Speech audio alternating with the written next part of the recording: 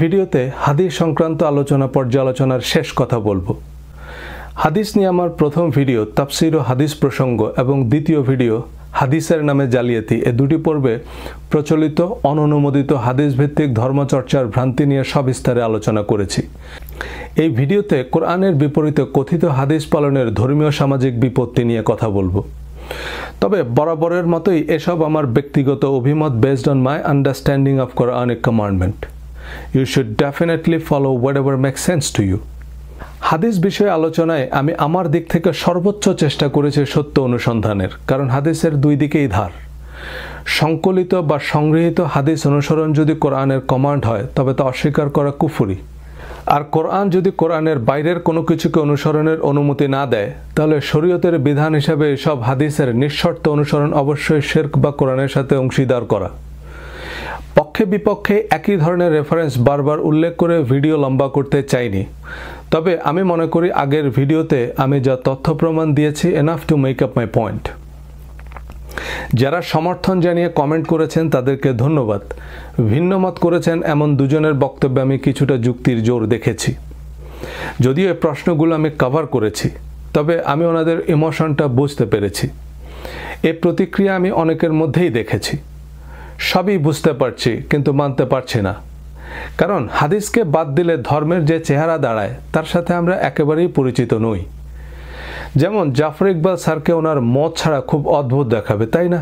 কারণ ওনাকে বাহারে মত সহ দেখেই আমরা অভ্যস্ত। আমরা মূলত প্রচলন বা আমাদের অভ্যাসের ইক্তেদা করি। যেমন ইমাম আবু হানিফার ফিকহুল আকবর অনুযায়ী ঈদের নামাজ 6 তাকবীর 12 তাকবীর উভয় হাদিসে সহিহ। এখন 12 তাকবীরের কথা বললে আমরা হানাফিরাই বলবো এই আবার নতুন ফেরকা বের হয়েছে। আসলে আমরা আমাদের পছন্দের বিখ্যাত জনপ্রিয় আলেম ওলামাদের মতামতকেই ধর্ম মেনে আসছি। কোরআন কি বলছে তা যাচাই করার প্রয়োজনও মনে করি না। কিন্তু ধর্মীয় যে কোনো বিষয়ে আমি তুমি বা তার কথা নয়, চূড়ান্ত হচ্ছে একমাত্র কোরআনের কথা। হাদিসের পক্ষে সবচেয়ে কনভিন্সিং লজিক হচ্ছে আমাদের প্রধান ইবাদত এবং বেহেশতের চাবি হচ্ছে নামাজ। এই নামাজ আপনি হাদিস ছাড়া কিভাবে পড়বেন? কোরআনে তো এর ডিটেল নেই। তাছাড়া কোরআনে কিছু সুপার ন্যাচারাল বিষয় যেমন জিন, ফেরেশতা ইত্যাদি হাদিস ছাড়া কিভাবে ব্যাখ্যা করবেন? দজ্জালের কথা তো কোরআনে নাই, তো এই হাদিস ছাড়া এই দজ্জালের কি হবে? অর্থাৎ কোরআনের তাফসির, ব্যাখ্যা, বিশ্লেষণ, হিকমা বা প্রায়োগিক জ্ঞান হিসাবে হাদিসকে মেনে নিতে বলা হচ্ছে। দ্বিতীয় ভিডিওতে কোরআনের সুস্পষ্ট আয়াতের ভিত্তিতে সন্দেহাতীতভাবে প্রমাণ করতে পেরেছি যে কোরআন clear, complete, detailed and ready to apply. নবীজির সিরাত ও সুন্নাতের নির্ভুল নির্ভেজাল বিবরণ সমৃদ্ধ, আর কোরআনের বাইরে আর কোনো কিছুকে শরিয়া বা হিকমার উৎস হিসেবে অনুমোদন দেয় না। এমনকি কোরআনের আয়াতকেই হাদিস বলেছে। সূরা তুর আয়াত 34, ফালিয়াতু বিহাদিসে মিসলিহি, তবে তাদের এমন একটি হাদিস অর্থাৎ আয়াত তৈরি করতে বলো। সূরা নিসা আয়াত 87, ওয়ামান আসদাকু মিনাল্লাহি হাদিসান, হাদিস বর্ণনাকারী হিসেবে আল্লাহর চেয়ে আর কে বেশি সত্যবাদী? প্রথম ভিডিওতে বলেছি যে ঐতিহাসিক ধারা বিবরণী বা উচ্চতর গবেষণার জন্য তাত্ত্বিক বা পণ্ডিতদের জন্য হাদিস প্রযোজ্য হতে পারে, কিন্তু শরীয়তের বিধান হিসাবে নয়। ঐতিহাসিক সত্য পত্রিকা বা টিভি নিউজ আদালতে অ্যাডমিসিবল নয়। অর্থাৎ এটা সাধারণ সত্য চায়ের আড্ডায়, টিভি টক শোতেও প্রযোজ্য হতে পারে বা প্রকৃত সত্য উদ্ঘাটনের সহায়ক হতে পারে, কিন্তু লিগ্যাল এভিডেন্স হিসাবে নয়। তারপরও হাদিস মানলে ক্ষতি কি? কোরআনের আরও পরিষ্কার ব্যাখ্যা পাওয়া যায়, দৈনন্দিন ইবাদত আমলগুলো আরও যথাযথভাবে করা যায়। ভালো তো, ভালো না? এইসব যুক্তিতে আপনি ফাইনালি একমত হবেন। অতঃপর দেখবেন অসংখ্য হাদিস এবং হাদিস ভিত্তিক সিদ্ধান্ত কোরআন বিরুদ্ধ, কোরআনের সাথে সামঞ্জস্যহীন বা অতিরঞ্জন, ইসলামের মৌলিক নীতির পরিপন্থী। তবু যে কোনো মূল্যেই এই হাদিসগুলো জাস্টিফাই করতে হবে, কারণ প্রয়োজনে কোরআন অমান্য করা যেতে পারে, কিন্তু হাদিস অস্বীকার করলে সে কাফের। আচ্ছা, নবীজি ময়লার স্তূপে দাঁড়িয়ে দাঁড়িয়ে পেশাব করেছেন। 5 বার অজুর পর শাহাদা পাঠ করলে তার জন্য বেহেশতের 8টি দরজা খুলে দেওয়া হবে। যে ব্যক্তির টাকনুর নিচে কাপড় ঝুলিয়ে পড়বে সে জাহান্নামী। দজ্জালের এক চোখ কানা, আরেক চোখ পচা আঙ্গুরের মতো, আর তার এক হাতে বেহেশত আরেক হাতে দোজক। এই সহিহ হাদিসগুলো কোরআনের কোন কোন আয়াতের তাফসীর বা হিকমা? সহিহ আল বুখারীর হাদিস, হুইএভার চেঞ্জেস হিজ রিলিজিয়ন ফ্রম ইসলাম কিল হিম, অর্থাৎ কেউ ইসলাম ধর্ম ত্যাগ করলে তাকে হত্যা করো। এবার এর বিপরীতে আল্লাহর হাদিস শুনুন, وَقُلِ الْحَقُّ مِنْ رَبِّكُمْ فَمَنْ شَاءَ فَلْيُؤْمِنْ وَمَنْ شَاءَ فَلْيَكْفُرْ. And say the truth is from your Lord, so whoever wills let him believe, and whoever wills let him disbelieve. আল্লাহ নবীকে বলতে বলেছেন যে হে নবী, আপনি আপনার প্রভুর কাছ থেকে প্রাপ্ত সত্য বলুন, অতঃপর যার ইচ্ছা তাকে বিশ্বাস করতে দিন আর যার ইচ্ছা তাকে অবিশ্বাস করতে দিন। সূরা বাকারা আয়াত 256, লা ইকরাহা ফিদ-দীন। There shall be no compulsion in the religion. ধর্ম গ্রহণের বা পালনের ব্যাপারে কোনো ধরনের কোনো বাধ্যবাধকতা নেই, অর্থাৎ এর বিচার একমাত্র আল্লাহ করবেন, তিনিই বিচার দিনের অধিপতি। কিন্তু ইসলামী প্রজাতন্ত্র ইরানে, সৌদি আরবে ইসলাম ধর্ম ত্যাগ করার শাস্তি মৃত্যুদণ্ড, আবার স্বেচ্ছায় নামাজ ত্যাগ করলে সেটাও ইসলাম ত্যাগ করা। তাছাড়াও আরও অসংখ্য হাদিস আছে যেসবের ভিত্তিতে যে কাউকে কাফের ঘোষণা দিতে পারবেন, তা সে আজহারি, আব্বাসি, জাকির নায়েক যেই হোক। আবু সাইদ খুদরিকে নবীজি এক শ্রেণীর ধর্মপ্রাণ নামাজিদের হত্যা করতে বলেছেন এবং যারা তাদের হত্যা করবে বিচারের মাঠে তারা পুরস্কৃত হবে। হাদিস বুখারী, মুসলিম। শেখ আব্দুর রাজ্জাক বিন ইউসুফের মতে এই দল হচ্ছে টঙ্গীর দল, মানে তাবলিগ জামাত। ওনার মুখ থেকেই শুনুন। আবু সাইদ খুদরি, আলী, শোনো, পূর্ব দিক থেকে কতগুলি লোক বের হবে, তারা এত বেশি সালাত আদায় করবে তোমাদের সালাত তাদের কাছে কিছুই না। আবু সাইদ খুদরি, শোনো, তোমরা যদি তাদের পাও তাহলে তাদের হত্যা করো, এমন ভাবে হত্যা করবে আদ সমুদ্রকে যেভাবে ধ্বংস করে দেওয়া হয়েছে, ধূলিসাৎ করে দেওয়া হয়েছে, আদ সমুদ্রকে যেভাবে পৃথিবী থেকে একবারে সমূলে নষ্ট করা হয়েছে, এইভাবে তুমি তাদেরকে হত্যা করো। যারা হত্যা করতে পারবে বিচারের মাঠে তারাই সবচেয়ে বেশি নেকি পাবে। সম্মানিত দিনী ভাই বোন, একটু খেয়াল করেন, আমি আপনাকে বলতে পারছি না এই নামাজি সে নামাজি, তবে রাসূল সাল্লাল্লাহু আলাইহি ওয়াসাল্লাম বলেছেন এক শ্রেণীর নামাজিকে হত্যা করতে হবে। হাদিস বুখারী, মুসলিম। এক শ্রেণীর সালাত আদায়কারীকে রাসূল সাল্লাল্লাহু আলাইহি ওয়াসাল্লাম হত্যা করতে বললেন, এই কথা ঠিক। যদিও আপনাকে আমি বলতে পারছি না এই দল সেই দল, যদিও আব্দুর রব খুলনা সেই কালে বলে গেছেন এই দল টঙ্গীর দল, কিন্তু আমরা আপনাকে ওইভাবে না বললেও আপনাকে বলতে চাচ্ছি এটা জরুরিভাবে, বিশ্বস্তভাবে, সহিহ হাদিস দিয়ে, যে এক শ্রেণীর মানুষকে সালাত আদায়কারীকে রাসূল সাল্লাল্লাহু আলাইহি ওয়াসাল্লাম কি বলেছেন? হত্যা করতে বলেছেন। বলেন, ধর্মপ্রাণ নামাজিদের কথা বাদ দিলাম, কোন জন্তু জানোয়ার হত্যা করে আদ সামুদের মতো নিশ্চিহ্ন করে দেওয়ার মতো এমন বর্বরচিত হত্যাকাণ্ডের নির্দেশ নবীজির মতো একজন মহাত্মা মহাপুরুষের ব্যক্তিত্বের সাথে মানানসই? শায়খের ফেসবুক পেজে আরও অনেক সহিহ হাদিস শুনতে পারবেন। হাতের কাছে এমন অনেক মানুষকে পাবেন যাদের হত্যা করে অশেষ নেকি হাসিল করতে পারবেন। I was ordered to fight the people until they testify that there is no God but Allah and Muhammad is the messenger of Allah, narrated by Bukhari and Muslim. আমি আদেশ দিচ্ছি লোকেদের বিরুদ্ধে যুদ্ধ করতে যতক্ষণ না তারা সাক্ষ্য দেয় যে আল্লাহ ছাড়া কোনো মাবুদ নাই আর মুহাম্মদ সাল্লাল্লাহু আলাইহি সাল্লাম আল্লাহর রাসূল। সহিহ বুখারী, মুসলিম। এবার আল্লাহ নবীকে কি বলেছেন একটু মিলিয়ে নিন। And had your Lord willed, those on earth would have believed, all of them together. So, O Muhammad, will you then compel mankind until they become believers? আপনার প্রভু চাইলে পৃথিবীর সব মানুষ একসাথে ঈমান আনত। হে মুহাম্মদ, তারপরও কি আপনি মানব জাতিকে বাধ্য করবেন যতক্ষণ না তারা ঈমান আনে? সূরা বাকারা আয়াত 190।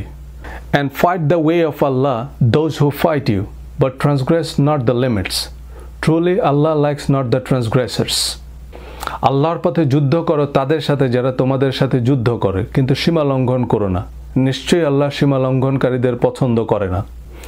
সূরা ঘাশিয়া আয়াত 21-22।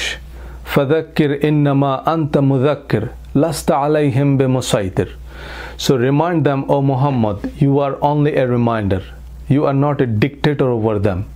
সুতরাং হে মুহাম্মদ, আপনি তাদের স্মরণ করিয়ে দিন, আপনার কাজ স্মরণ করিয়ে দেয়, আপনি তাদের উপর ডিক্টেটর নন, মানে আপনি আপনার ইচ্ছা তাদের উপর চাপিয়ে দিতে পারেন না। The hadiths that allow the killing of the person who curses and the insult the Prophet sallallahu alaihi wasallam. One of them is narrated by Bukhari and Muslim, another by Abu Dawud, another by Ibn Hisham. Now let's see what Quran says. কোরআনে আল্লাহ স্বয়ং নিজের অবমাননার জন্য কাউকে কোনো ধরনের শাস্তি দেওয়ার অনুমতি দেননি। Chapter 6 verse 108, and do not insult those who invoke other than Allah, lest they insult Allah in enmity without knowledge. যারা আল্লাহ ছাড়া অন্য কারো উপাসনা করে তাদের অবমাননাকর কিছু বলবে না, পাছে তারা না জেনে শত্রুতাবশত আল্লাহর অবমাননা করে। Chapter 15 verse 85. So, O Muhammad, overlook their faults with gracious forgiveness. Chapter 43 verse 89. So, O Muhammad, turn away from them and say salam or peace. পবিত্র কোরআনে আল্লাহ বলছেন, Chapter 60 verse 8. Allah does not forbid you from those who do not fight you because of religion and do not expel you from your homes, from being righteous towards them and acting justly toward them. Indeed, Allah loves those who act justly. যারা ধর্ম বিশ্বাসের কারণে তোমাদের উপর আক্রমণ করে না এবং তোমাদের ঘর বাড়ি থেকে উচ্ছেদ করে না, তাদের সাথে উত্তম এবং ন্যায়সঙ্গত আচরণ করতে আল্লাহ তোমাদের বারণ করে না। নিশ্চয়ই আল্লাহ উত্তম আচরণকারীদের ভালোবাসেন। এবার হযরত আবু হুরায়রার বরাত দিয়ে ইমাম মুসলিমের তাফসীর শুনেন। Do not initiate the greeting with the Jewish and the Christians for peace. Whenever you meet someone on the way, force him to the narrowest part. সহিহ মুসলিম। ইহুদি খ্রিস্টানদের সালাম সম্ভাষণ জানাবে না, রাস্তায় তাদের সাথে দেখা হলে তাদের রাস্তার ধারে চলে যেতে বাধ্য করবে। সহিহ মুসলিম। বলুন, আল্লাহর নির্দেশের বিপরীতে এমন কদর্য কুরুচিপূর্ণ উপদেশ নবীজি দিতে পারেন? সূরা আল Imran verse 84. Say, we have believed in Allah and what was revealed to us, and what was revealed to Abraham, Ishmael, Isaac, Jacob, and the descendants, and in what was given to Moses and Jesus, and to the prophets from their Lord. We make no distinction between any of them, and we are all Muslims to him. ইহুদি খ্রিস্টানদের কোরআন মুসলিম বলেছে, এজন্যই মুসলিম জাতির পিতা হযরত ইব্রাহিম আলাইহিস সালাম। এই definition পরিষ্কার করে তারপর আল্লাহ বলেছেন, ইন্নাদ দীনা ইনদাল্লাহিল ইসলাম। আল্লাহর নিকট অনুমোদিত ধর্ম হচ্ছে ইসলাম, যার মধ্যে ইহুদি খ্রিস্টান অন্যান্য সবাই অন্তর্ভুক্ত। অথচ কোরআন আর আপনার মাঝে হাদিসের দেয়াল তুলে আপনাকে বোঝানো হচ্ছে টঙ্গীর মুসল্লিদের হত্যা করলে আপনি আখেরাতে পুরস্কৃত হবেন। এমন জালিয়াতি বেদ বাইবেল নিয়ে হয়েছে। সাধারণ মানুষকে বেদ বাইবেল থেকে দূরে রেখে ক্লেরিক্যাল ক্লাস বা রিলিজিয়াস এলিটরা সতীদাহ বা উইচ হান্টিংয়ের নামে সক্রেটিস ব্রুনোর মতো কত দীপশিখা নিভিয়ে দিয়েছে, কত তরতাজা ফুল স্বামীর চিতায় জ্বালিয়ে দিয়েছে। তারপর রাজা রামমোহন রায়, বেদ এবং মার্টিন লুথার কিং বাইবেলকে সাধারণ মানুষের বোধগম্য করে অনুবাদ করলেন সে অন্ধকারে আলো জ্বালাতে। পবিত্র কোরআনও কোনো মাওলানা মুফতি বাংলায় অনুবাদ করেনি, করেছেন ভাই গিরিশচন্দ্র সেন। রাজা রামমোহন আর লুথার কিংয়ের কপালেও নাস্তিক্যের অপবাদ জুটেছে। কিংকে প্রাণ দিতে হয়েছে খ্রিস্টান উগ্রবাদীদের গুলিতে। মুক্তির মন্দির ও সোপানো তলে কত প্রাণ হলো বলিদান, লেখা আছে অশ্রু জলে। হাদিসের কুয়াশাচ্ছন্ন অন্ধকারে এখন ইসলামের সেই অসময়। কোরআনের নির্ভেজাল ইসলামের সারল্য এবং সৌন্দর্য দেখলে আপনি আসলেই অভিভূত হবেন। সামনের ভিডিওগুলোতে আলোচনা করব ইনশাল্লাহ।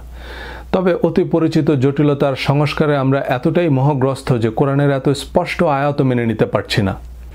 তো এসব আয়াত কি আলেমরা জানে না?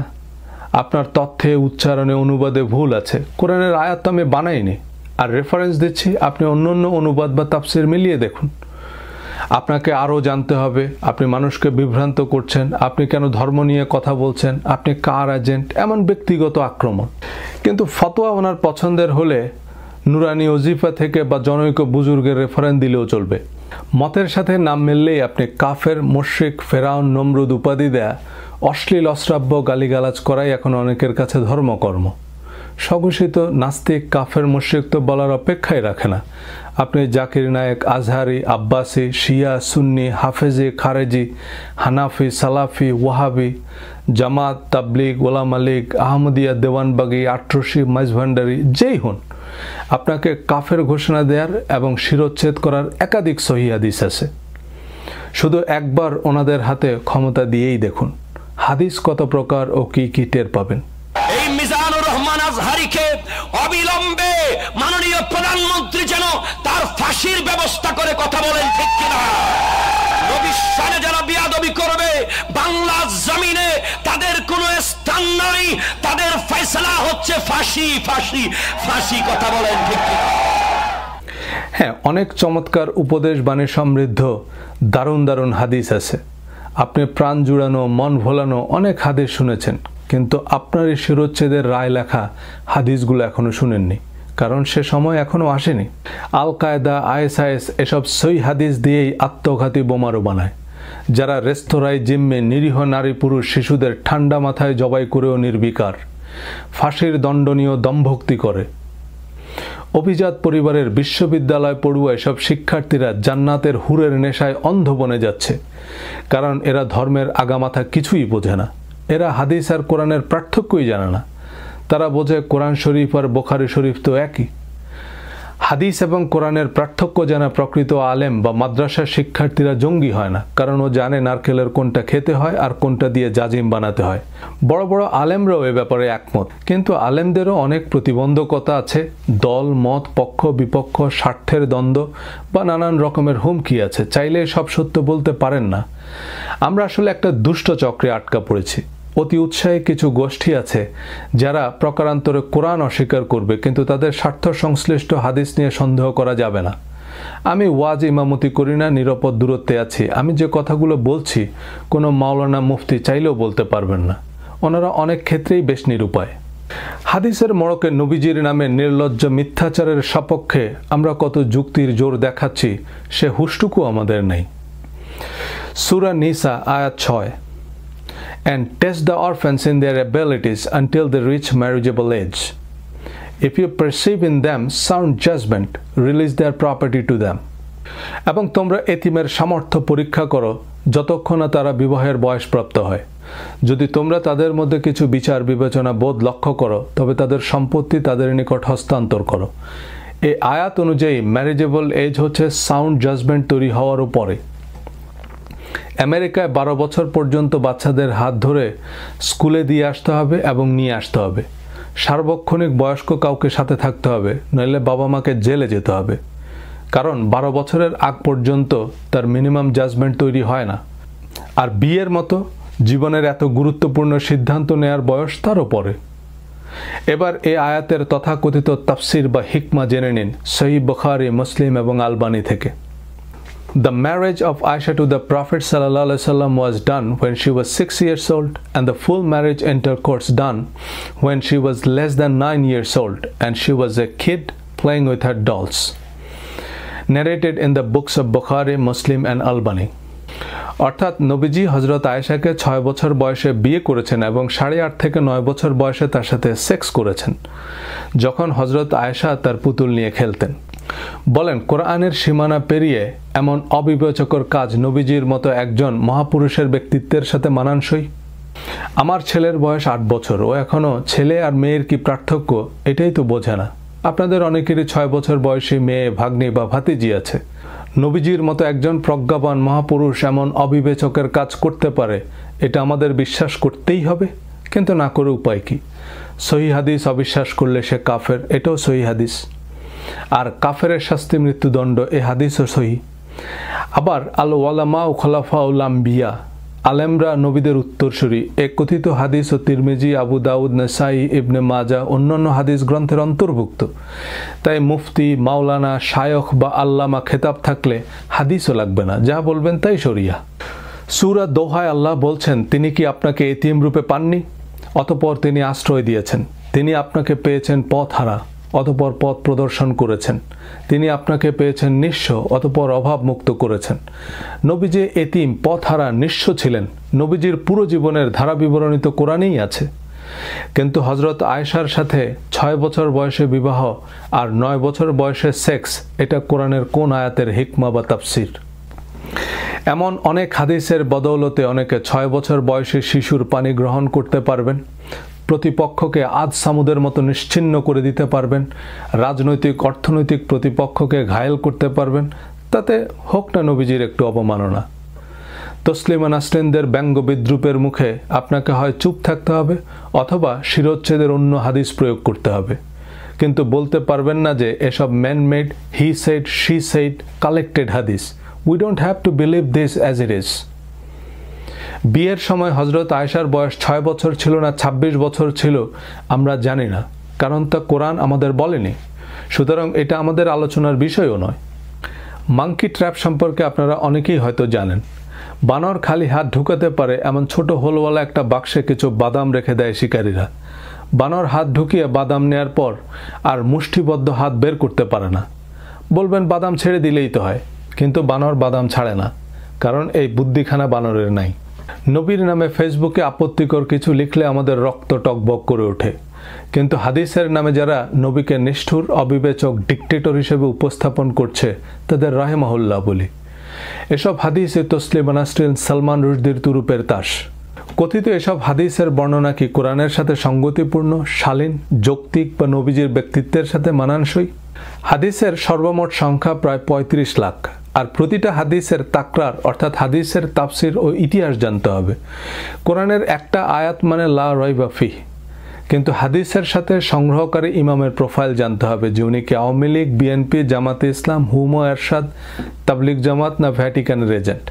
তারপর বর্ণনাকারী সাহাবীর প্রোফাইল জানতে হবে যে উনি কি শিয়া, সুন্নি, কুর্দি, খারেজি, ইয়াজিদি, মহাজের, আনসার না মুনাফিক। এরপর ইমাম হাম্বল আর সেই সাহাবীর মাঝখানে যে 3 জন আছে যারা একজন আরেকজনের কাছ থেকে শুনছে তাদের পরিচয় জানতে হবে, এবং ইমাম হাম্বল থেকে আমাদের কাছে যাদের মাধ্যমে পৌঁছেছে, ইমাম শাফি থেকে আল্লামা শফি, সবার উদ্দেশ্য বিধেয় বুঝতে হবে। আপনি 500 বছর হায়াত পাইলেও এসব হাদিসের কোনো কুলকিনারা করতে পারবেন না। তাহলে উপায়? ফ্যান ফলোয়ার বেশি এমন শাইখুল হাদিস বা মুফতিরা যে হাদিসকে সহি বলবে সেটাই সহি। ইব্রাহিম হুজুর সহি বলতেছে যেটাকে আবু হানিফা বা হানাফি আলেমরা সহি বলছে। আব্দুর রাজ্জাক বিন ইউসুফ আবার সেটাকে জাল বলতেছে, কারণ নাসিরউদ্দিন আলবানী সেটাকে জাল বলছে। সো চলিতেছে সার্কাস। মুক্তিযুদ্ধের যে ইতিহাস এখন আওয়ামী লীগ শোনাচ্ছে, কখনো জামাতে ইসলাম ক্ষমতায় আসলে আবার উল্টে ইতিহাস শুনবেন। মাওলানা ভাসানী, কর্নেল তাহের জাতির অনেক সূর্য সন্তানকে আজকের প্রজন্ম চিনে না, কারণ আজকের রাজনীতিতে তাদের প্রয়োজন ফুরিয়েছে। 300 বছর পর আওয়ামী লীগ, বিএনপি, জামাত কেউই থাকবে না, ইতিহাস থাকবে, কিন্তু সেই ইতিহাসের কোন লাইন কে কী কারণে লিখেছে তা বোঝার সাধ্যকার। এমনই শিয়া, সুন্নি, কুর্দি, তুর্কি, ইংরেজ, ওলন্দাজ, ফরাসি যারাই যখন ক্ষমতায় ছিল যার যার সুবিধা মাফিক হাদিস পয়দা করেছে। সেসব শাসক সাম্রাজ্য নাই, কিন্তু হাদিস আছে। একমাত্র ওহির জ্ঞান ছাড়া 1400 বছর আগের নির্ভুল সত্য জানা বা বিশ্বাস করা কিভাবে সম্ভব? এনিওয়ে, আমি ঢাকা আলিয়া মাদ্রাসায় পড়েছি।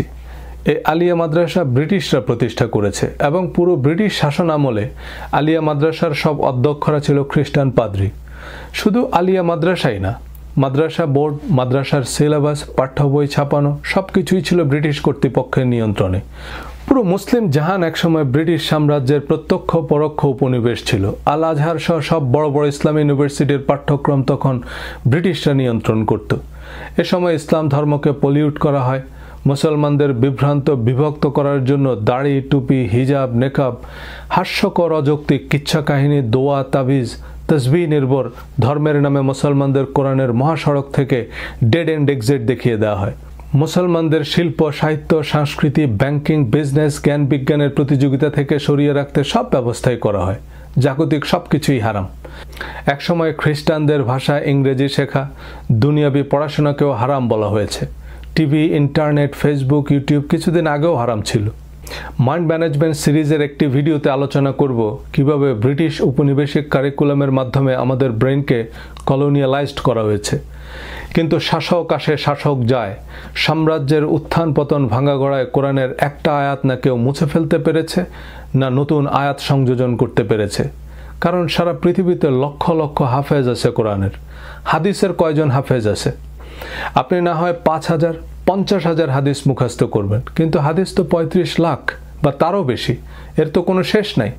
ধরেন আমি একটা হাদিস গ্রন্থ লিখব, তো বুখারী, মুসলিম, তিরমিজি এসব হাদিস গ্রন্থের যেহেতু কপিরাইট এক্সপায়ার্ড, সো আমি জাস্ট মশহুর বা সহি 1050 হাদিস কপি পেস্ট করে নাম দিয়ে দিলাম মুসনাদ ইমাম সজল রোশন নিউ ইয়র্কি রহমতুল্লাহ আলাইহি। আর ভূমিকায় লিখে দিলাম যে আমি আওলাদে রাসূল বা সাহাবীদের বংশধরদের কাছ থেকে বহু কষ্টে পেটে পাথর বেঁধে এসব হাদিস সংগ্রহ করেছি। এর মধ্যে আমার নিজের কিছু মন গড়া মডার্ন হাদিস ঢুকিয়ে দিলাম, যাতে ডোনাল্ড ট্রাম্প সম্পর্কে নবীজির ভবিষ্যৎবাণী বা অ্যান্টার্কটিক মহাদেশের রূপকথা জুড়ে দিলাম। ভালো মার্কেটিংয়ের কল্যাণে একসময় বড় বড় শাইখুল হাদিসরা সহিহ সজল শরীফের উদ্ধৃতি দিয়ে হাদিস বর্ণনা করবে। অল্প যে কয়টা আমার বানানো হাদিস আছে সেগুলো সহি হয়ে যাবে। আপনি কিভাবে বুঝবেন কোনটা সহি কোনটা জাল? বেশিরভাগ হাদিস গ্রন্থই আপাত দৃষ্টিতে কপি পেস্ট। একই হাদিস ভিন্ন ভিন্ন রাবির নামে শুধু বুখারী শরীফেই আছে 500 বার। আবার বুখারী শরীফের বেশিরভাগ হাদিস হুবহু মুসলিম, তিরমিজি, মিশকাত, আবু দাউদ, মুয়াত্তা মালিক অন্য সব হাদিস গ্রন্থে আছে। যে হাদিস যত বেশি কপি পেস্ট বা ভাইরাল সেটা তত সহি, কারণ এতগুলো মানুষের কথা তো আর মিথ্যা হতে পারে না। এখনও ফেসবুকে পেঁয়াজ রসুন নিয়ে যার যা খুশি লিখে নিচে হজরত মুহাম্মদ সাল্লাল্লাহু আলাইহি সাল্লাম বা সুনান আবু দাউদ লিখে দিলেন, বাস হাদিস হয়ে গেল। পুরনো জুতা জামার ছবি দিয়ে নবীজির জুতা মোবারক ক্যাপশন দিয়ে দিলেন, ব্যাস সে আর সুবহানাল্লাহ কমেন্ট করার লোকের অভাব হবে না। এমন তেলাপোকার মতো সর্বভুক জাতিকে যে যার মতো ব্যবহার করতে পারবে। হাদিস কোরআনের তাফসির, তো হাদিসের তাফসির করবে কে? এই 7 সমুদ্র সেচে মণিমুক্ত এনে দিবে কে? কোনো কামেল পীরের মুরিদ হতে হবে? এভাবেই ঘোড়ায় চড়িয়া মর্দ হাঁটিয়া চলিল। ছিলের পিছনে দৌড়াবে, কিন্তু কোরআন পড়িয়া দেখিবে না যে সোজা সাপটা কি লেখা আছে। কোরআনের মিস্টারি ডিকোড করবে হাদিস, তো হাদিসের মিস্টারি ডিকোড করবে কে? কুইনাইন জ্বর সারাবে, তো কুইনাইন সারাবে কে? কোরআন কি প্রস্তর যুগের শিলালিপিতে নাজিল হয়েছে নাকি প্রাচীন মিশরীয় হায়ারোগ্লিফিক ল্যাঙ্গুয়েজে নাজিল হয়েছে? সমৃদ্ধ আন্তর্জাতিক ভাষায় নাজিল হয়েছে। কোরআন হাদিস দুটোই তো আরবি। আপনি কোরআন না বুঝলে হাদিস তো আরও বুঝবেন না। কোরআন সোজা বাংলায় পড়েন, ইংরেজি, বাংলা অনেক ভালো ভালো অনুবাদ আছে কোরআনের। কেউ একজন সুর করে তেলাওয়াত করে নিজের মতো তর্জমা বা তাফসির করলো, সেটাই শেষ কথা নয়। Check it yourself. আমি কোনো আল্লামা সেজে কথা বলছি না যাতে আমার কথা আপনি অবলীলায় বিশ্বাস না করেন। আমি কিছু প্রশ্ন তুলেছি, আপনি নিজেই সেসব প্রশ্নের উত্তর খুঁজতে থাকুন, যাচাই করুন, দেখুন কোরআন কি বলছে আর হাদিস কি বলছে, দরগা মাজার তরিকাই বা কি বলছে। কোরআনে যা নাই তা ঐচ্ছিক, তার সাথে ম্যানমেড হাদিস বা ফতোয়া জোড়া দিয়ে একদিকে আমরা ধর্মকে জটিল করছি, অন্যদিকে কোরআনের বিশুদ্ধতাও নষ্ট করছি। একজন প্রশ্ন করেছে যে হুজুর চামচ দিয়ে কি খাওয়া যাবে? উনি সহিহ হাদিসের রেফারেন্স দিয়ে বললেন না, হাত দিয়ে খাওয়া সুন্নাহ। এখন এই প্রশ্নের উত্তর তো আসলেই কোরআনে নাই। এবার আমি যদি প্রশ্ন করি হুজুর হাত কি ধুয়ে খাবো নাকি না ধুয়ে খাবো? শুধু পানি দিয়ে ধুবো নাকি সাবান দিয়ে ধুবো? পানি কি ঠান্ডা পানি নাকি গরম পানি? ভেজা হাতেই খাবো নাকি হাত মুছে খাবো?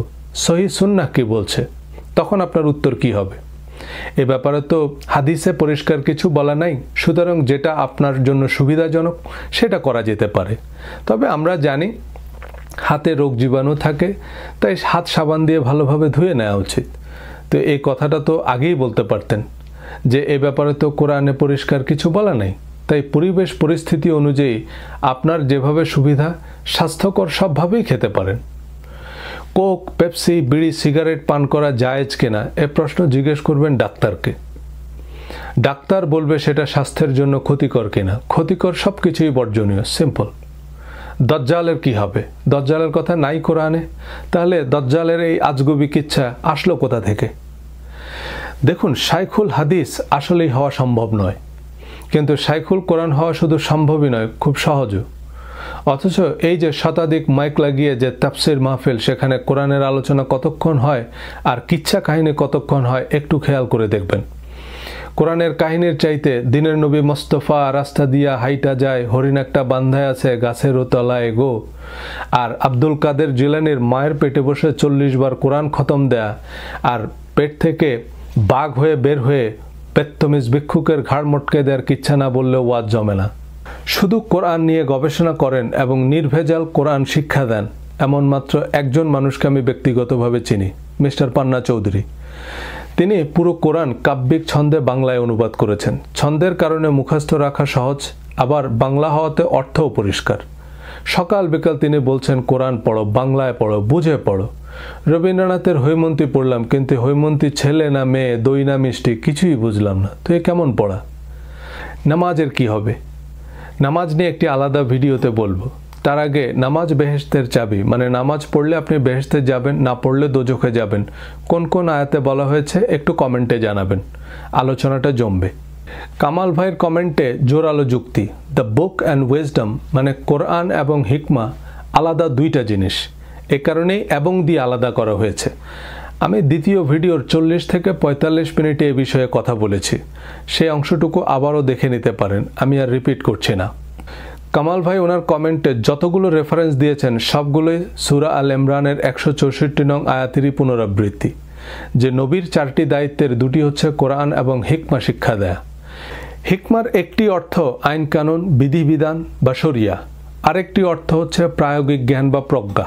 এখানে দ্বিতীয় ভিডিওর সেই ইংরেজ সহায়ক এবং কামাল ভাই বলছেন হিকমা আলাদা গ্রন্থ তথা হাদিস। যদিও আল্লাহ প্রজ্ঞাময় কোরআনের শপথ করেছেন এবং কোরআনকে হিকমার একমাত্র উৎস হিসাবে অনুমোদন দিয়েছেন, কারণ আল্লাহর দাবি তিনি কোরআনের সবকিছু স্পষ্ট করে বলেছেন। সূরা আনআম 114 নং আয়াত, হে নবী আপনি বলুন, আমি কি আল্লাহ ছাড়া অন্যত্র হিকমা বা প্রজ্ঞা অন্বেষণ করব, যেখানে তিনিই আমার উপরে এই কিতাব নাজিল করেছেন যাতে সবকিছু স্পষ্টভাবে ব্যাখ্যা করা হয়েছে। সূরা হুদের প্রথম আয়াত, আলিফ লাম রা কিতাবুন আহকামাত আয়াতুহু সুম্মা ফুসসিলাত মিন লাদুন হাকিমিন খাবীর। এই কিতাবের প্রতিটি আয়াত প্রজ্ঞাময় বা প্রায়োগিক, অতঃপর এমন একজনের কাছ থেকে বিশদভাবে উপস্থাপিত হয়েছে যিনি মহাজ্ঞানী, সর্ববিষয়ে জ্ঞাত। এমন আরও রেফারেন্স দিতে পারব। আল্লাহ নিজেকেই হাকিম বলেছেন এবং কোরআনের আয়াতসমূহকে আহকামাত বা হিকমাত বলেছেন, আর তিনি নিজেই সেসব বিশদভাবে উপস্থাপন করেছেন। তারপরও আমি মানলাম হিকমা কোরআনের প্রায়োগিক জ্ঞান সমৃদ্ধ আলাদা গ্রন্থ, কিন্তু সেই হিকমার গ্রন্থ রচনার দায়িত্ব তো নবীর, ইমাম বুখারীর নয়। আপনি হয়তো বলবেন নবীজি ওনার সাহাবীদের হিকমা শিখিয়েছেন, তো কোরআন ওনার সাহাবীদের শিখিয়ে দিয়ে যেতেন, তাহলে তো এখন আমরা 40 লাখ কোরআনের আয়াত পেতাম। নবীজিকে কি শুধু ওনার সাহাবীদের নবী হিসাবে পাঠানো হয়েছে, নাকি কিয়ামত পর্যন্ত সব মানুষের নবী হিসাবে পাঠানো হয়েছে? তো তিনি কোরআনের মতোই হিকমার গ্রন্থ পরবর্তী প্রজন্মের জন্য রচনা করলেন না কেন? কোরআন নবুয়তের 23 বছর সময় জুড়ে নাজিল হয়েছে, একটি অতিরিক্ত আয়াত এতে যোগ হয়নি, একটি আয়াত বাদও পড়েনি, কিন্তু কোরআনের সমান্তরালে হিকমার গ্রন্থ রচনার যে দায়িত্ব নবীজিকে দেওয়া হয়েছে, নবীজি নিজে সেই দায়িত্ব পালন না করে এনিবডি এভরিবডিকে দিয়ে গেলেন কেন? Everybody's business is nobody's business. এ কারণে কোরআন বাহক ফেরেশতাও একজন, মেসেঞ্জারও একজন। প্রফেট শব্দের একটা অর্থ যিনি ভবিষ্যৎ জানেন, প্রফেসি মানে ভবিষ্যৎবাণী। তো হাদিসের নামে যে ঠক বাজতে গা উজাড় হবে, এ ভবিষ্যৎ নবীজি দেখতে পাননি? নবীজির নিজস্ব তত্ত্বাবধানে হিকমা বা হাদিসকে গ্রন্থ আকারে কম্পাইল না করার ভ্যালিড এক্সকিউজ আর কি হতে পারে? অর্থের অভাব, লোকবলের অভাব, কাগজ, ছাপাখানা বা প্রযুক্তিগত সীমাবদ্ধতা? তো ইমাম বুখারী, তিরমিজির সময় এমনকি শিল্প বিপ্লব হয়েছে। Jet engine, super computer, offset paper mill, 3D printing press আবিষ্কার হয়েছে, যে 35 লাখ হাদিস ছাপানো গেল। সানজুর আর্ট অফ ওয়ার 2500 বছর আগে লেখা, অ্যারিস্টটল, প্লেটো তারও আগে, মহাভারত, রামায়ণ তারও আগে। সুতরাং কাগজের বিকল্প অবশ্যই ছিল, এখনকার মতো সহজলভ্য ছিল না, তাই এখনকার মতো অপচয় হতো না। দুষ্প্রাপ্য বিকল্প সে কাগজের উপর কালজয়ী কথাই লেখা হতো। হিকমার অর্থ যদি হাদিস হয়, তবে সে হাদিস বা আত্মজীবনী নবীজিই লিখতেন। ম্যান্ডেলার আত্মজীবনী ম্যান্ডেলাই লিখেছে, তার সঙ্গী সাথীদের কাছ থেকে সংগৃহীত বা বর্ণিত নয়। পিকাসোর ছবি পিকাসো এঁকেছে, নাকি অন্য কাউকে দিয়ে আঁকিয়ে নিজের নামে চালিয়ে দিয়েছেন? কিন্তু নবীজির কথা এত ভায়া মিডিয়া, এত দেশ দুনিয়া ঘুরে আসতে হবে কেন? কিন্তু সব কথার পরও জাফর ইকবাল স্যারের মোচ কাটা সম্ভব নয়। উনি কাটলেও এই মোচবিহীন জাফর ইকবালকে কি জাতি মেনে নিবে? আমার শিক্ষক ওস্তাদদের মধ্যে অনেক নামজাদা মুহাদ্দিস আছেন, তারা হয়তো চীনা ব্যাত নিয়ে আমাকে খুঁজতেছে, কিন্তু আমার সবচেয়ে বড় পীর তো আমার মা। আমার নামের সাথে যে রোশন, এই রোশন আমার মায়ের নাম। এনিওয়ে, আমার মায়ের একান্ত ইচ্ছাতেই আমি মাদ্রাসায় পড়েছি, যাতে আমি তাকে কিছু ধর্মকর্ম শেখাতে পারি। কিন্তু আমার মা সারাদিন যা ধর্মকর্ম করে, আমার হুজুররাও বলবে এগুলো ঠিক না। নেয়ামুল কোরআন, মুকসুদুল মোমেনিন, সহি নুরানি, ওজিফা, 12 সান্দের দোয়া, পঞ্জিকা, সোলেমানি দোয়া পড়তে পড়তে সব তেনা তেনা। তবে মূল কোরআনও পড়ে, কিন্তু বাকিগুলোতে যে ভেজাল আছে এসব বললেও কোনো লাভ হবে না, কারণ এসব দোয়া পড়ে উপকার পেয়েছে। এসব দোয়ার বদৌলতে ছেলে মেয়েদের ভালো চাকরি হয়েছে, ভালো বিয়ে শাদী হয়েছে, কিন্তু মায়ের দোয়া যে বিনা নোটিশে কবুল হয়, এটা তাকে কে বোঝাবে? এত বড় বড় মুহাদ্দিস, শাইখুল হাদিস, ইসলামী বিশ্ববিদ্যালয়ের অধ্যাপকরা কি কম জানেন? এই জাতীয় কমেন্ট করে আমাকে লজ্জায় ফেলবেন না। বেনারস হিন্দু ইউনিভার্সিটি সহ সারা বিশ্বে শত শত হিন্দু ইউনিভার্সিটি, খ্রিস্টান ইউনিভার্সিটি, জিউইশ, বুদ্ধিস্ট ইউনিভার্সিটি আছে। আর হার্ভার্ড, অক্সফোর্ড সহ সব ইউনিভার্সিটিতে হিন্দুইজম, খ্রিস্টিয়ানিটি, বুদ্ধিজম পড়ানো হয়। সেখানেও রামায়ণ, মহাভারত, ত্রিপিটক, বাইবেল, গীতার শত সহস্র প্রফেসর আছেন। মদিনা ইউনিভার্সিটি বা আল আজহারের পিএইচডি সত্যতার মানদণ্ড নয়। একজন মুসলিম হিসাবে কোরআন আমার অব্লিগেটরি বিলিফ। কোরআনই আমার কাছে একমাত্র কোষ্ঠী পাথর। আর এই কোরআন বলছে কোরআন সম্পূর্ণ, পরিপূর্ণ এবং শতভাগ প্রায়োগিক। কোরআন আমাদের প্রশ্ন ছুড়ে দিয়েছে, ওয়ামান আসদাকু মিনাল্লাহি হাদিসান, হাদিস বর্ণনাকারী হিসাবে আল্লাহর চেয়ে আর কে বেশি সত্যবাদী? And my answer is nobody. Thank you for your time.